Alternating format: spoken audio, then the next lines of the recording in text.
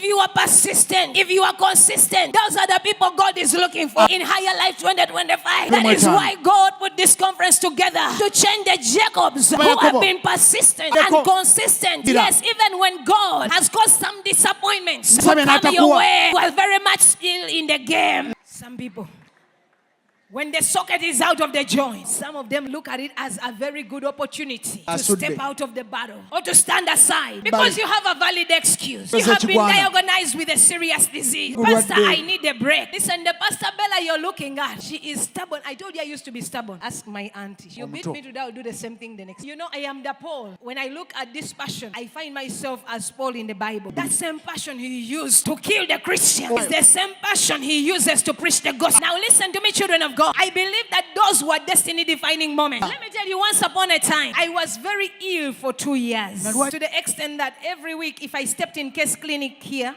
20 years ago, that was $1 million on the table. And remember, at this time, my mother was widowed. But listen, I would come out, and when I come out, I say, I am going to church. My family could not understand it. Let me tell you something, children of God. A time came when the attacks were immense. The attacks were intense. My mother thought it would be a nice thing to put me on the plane and make sure that every time campus took a break, she paid a ticket for me to go to London so I can go on vacation. And one time, the very first time I was there, when I arrived, everything was okay. But after a few weeks, I got sick and I had to be taken to hospital. Remember, I am not Briton. My sister panicked. What am I going to do? Listen, I was in a hospital for about a month. When they searched everything in my body, they said they can't understand what's making me sick. I remember I was in a ward in Chelsea and Westminster Hospital, and the next person between me and them, in that ward, I was a teenager, but the next youngest person was 73. Because they could not figure out what was wrong with me. I underwent 47 tests, and they found no reason as to why I should be that ill. And after being a month in hospital, and I underwent surgery, they took me to their theater, and they used cameras to push through my tummy to see what was wrong. When you talk about battles, we have fought many. So I'm not afraid to say, bring it on. The God who helped me to overcome the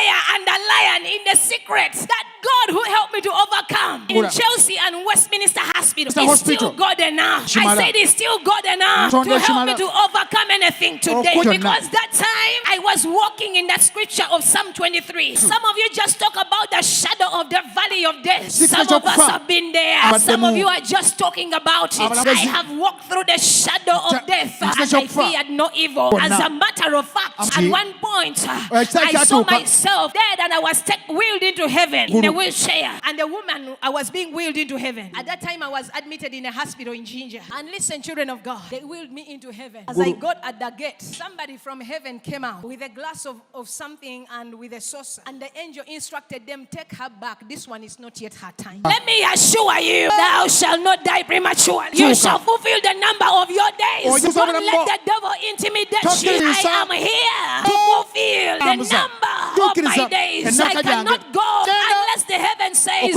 mission accomplished. And when I look around, it feels like I'm just beginning.